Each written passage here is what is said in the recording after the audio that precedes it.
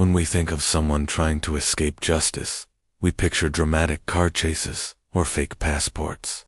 But Jeffrey Epstein's escape attempts were different. They weren't about fleeing across borders.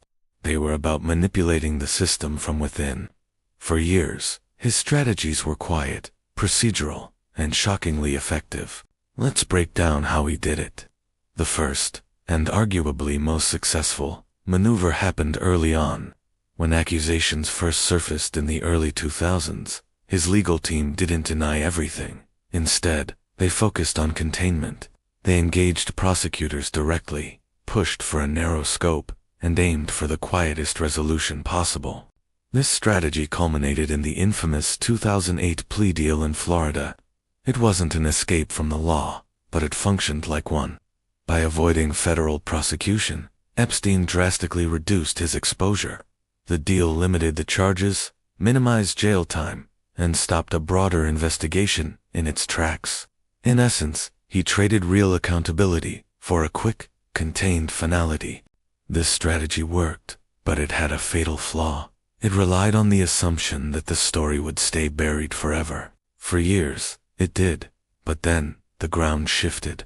Investigative journalism, and a growing chorus of brave voices, refused to let the story die.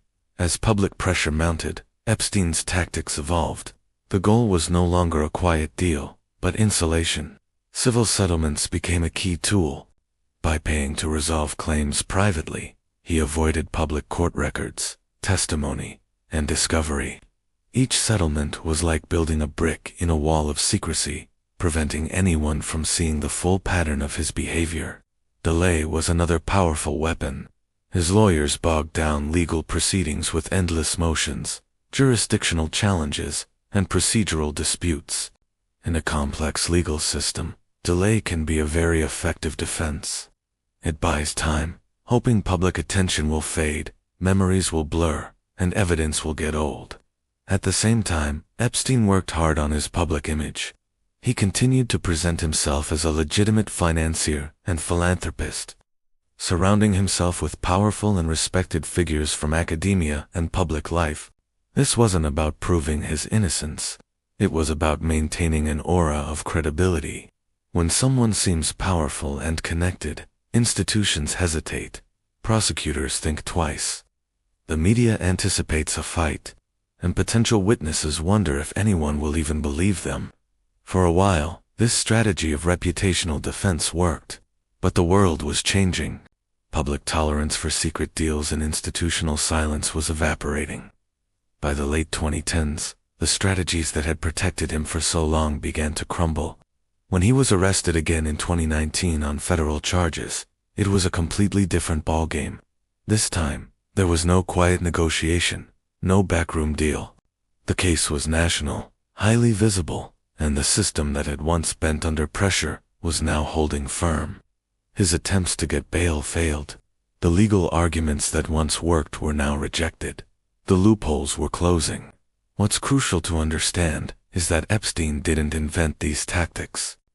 He simply exploited the existing weaknesses in the system, legal loopholes, the power of private settlements, and the natural caution of large institutions. His escape attempts ultimately failed, not because of one single mistake, but because the sustained, unrelenting pressure of public scrutiny finally forced those weaknesses into the light. The real story here isn't just about one man's evasion. It's a sobering look at how accountability can be delayed and deferred for decades when systems prioritize quiet resolution over a true reckoning. It shows that justice is not always inevitable. Sometimes, it only arrives after years of relentless pressure forces the change. Thanks for watching.